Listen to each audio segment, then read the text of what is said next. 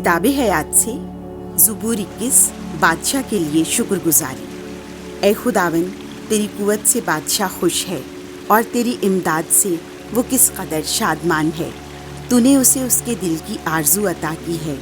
तूने उसके लबों की अर्ज़ को उससे रोकना रखा, क्योंकि तूने शानदार बरकत के साथ उसकी पेशकदमी की।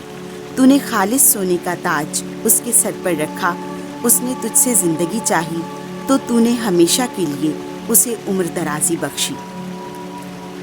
तेरी इमदाद के सबब से उसकी शौकत अजीम है।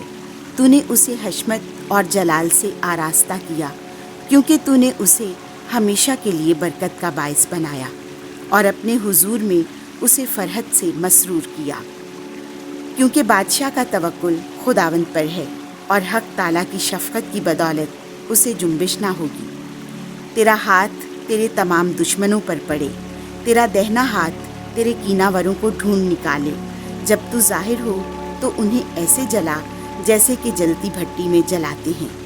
खुदावंद अपने गज़ब में उन्हें फना कर दे और आग उन्हें खा जाए। तू उनकी औलाद ज़मीन पर से और उनकी नस्ल बनी आदम में से नाबूद कर दे।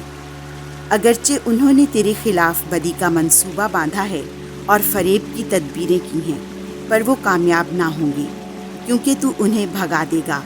तू उनके मुकाबला में अपनी कुमान चढ़ाएगा। ए खुदावन, तू अपनी कुव्वत में सरबुलंद हो। हम गाते हुए तेरी कुदरत की तारीफ़ करेंगे। आमीन।